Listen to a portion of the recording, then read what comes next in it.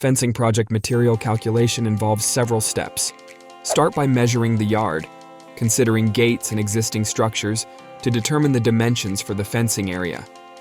Choose the panel size and the fence style, privacy or picket.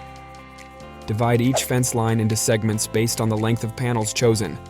For instance, with a 74-foot fence line and 8-foot panels, you'll require 10 panels and 9 line posts. Round decimals up to the nearest whole number if applicable. Higher number for panels, lower for line posts.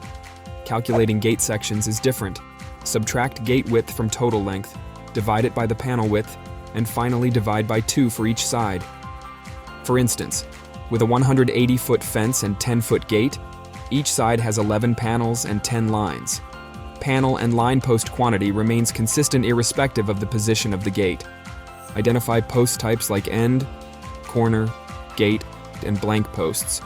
For specialized fencing like horse fences with 16-foot rails, calculate fence line lengths divided by rail length and then multiply by desired rails. For example, a 1,200-foot fence requires 225 rails for a 3-rail design. Posts are typically spaced on 8-foot centers similar to other fencing styles. These steps ensure precise material estimation for any fencing project, residential or specialized horse fence. Thanks for watching.